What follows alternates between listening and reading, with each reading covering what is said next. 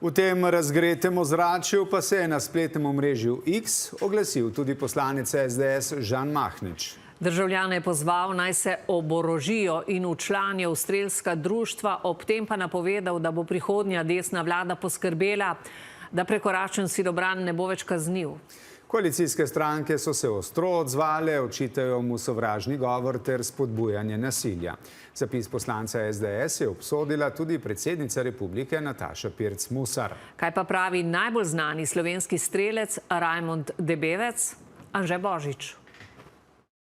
Referenca na vstajo krajanov Šentjerneja in predlog rešitve poslanca Mahniča na omrežju X. Včlanite se v strelska društva in se legalno oborožite, mi pa bomo s spremembo zakonodaje poskrbeli, da prekoračen silobran ne bo več obstajal. Ideja v duhu in slogu ameriškega predsednika Trumpa, ki je na noge takoj dvignila slovensko levico, češ da gre za sovražni govor in spodbujanje nasilja. Igranje nedoraslih z ognjem. Mislim, da je to popolnoma nedopustno in da tle morajo pač organi odigrati svoje. To je izraz ekstremnega desničarskega populizma, ki v srcu nosi isto idejo kot vaške straže in pa kot rasistični linči. Če danes nekdo pride k tebi domov, da te bo oropal, da bo naredil kaj tebi ali tvoji družini, mu lahko samo skuhaš kavo in ponudiš piškote.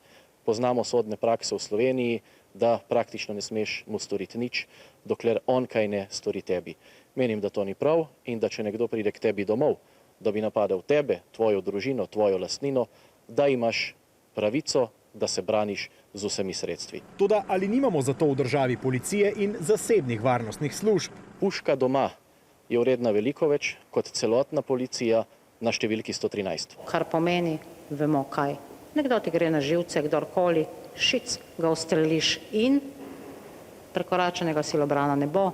Torej boš oproščen, ker boš rekel, da si to naredil v silobranu. Če nekdo pride k tebi in ti pozvoni in ti prodaja neke Oriflame izdelke, to še ne pomeni, da te bo napadel. In v tem primeru ne gre za silobran. Tako pa v Mahničevi ideji najbolj trofejen slovenski strelec, ki je skoraj vse življenje preživel v puškah, a je do civilne rabe orožja zelo zadržan. Sam ima orožni list in je v strelskem klubu, a streljale strogo v športne namene. Da bi se pa ljudje oboroževali za lastno varnost, se mi zdi pa nekako nepremišljeno in nevarno. Kaj pomeni velika količina orožja v vsakršnih rokah, vidimo v Ameriki, ker se dnevno dogajajo streljanja po šolah, po gimnazijah, po nakupovalnih centrih, to vsekakor ni. Do predloga poslanca SDS je bila v daljšem zapisu kritična tudi predsednica republike Nataša Pirc Musar, ki je politike pozvala, naj se vzdržijo skrajne retorike.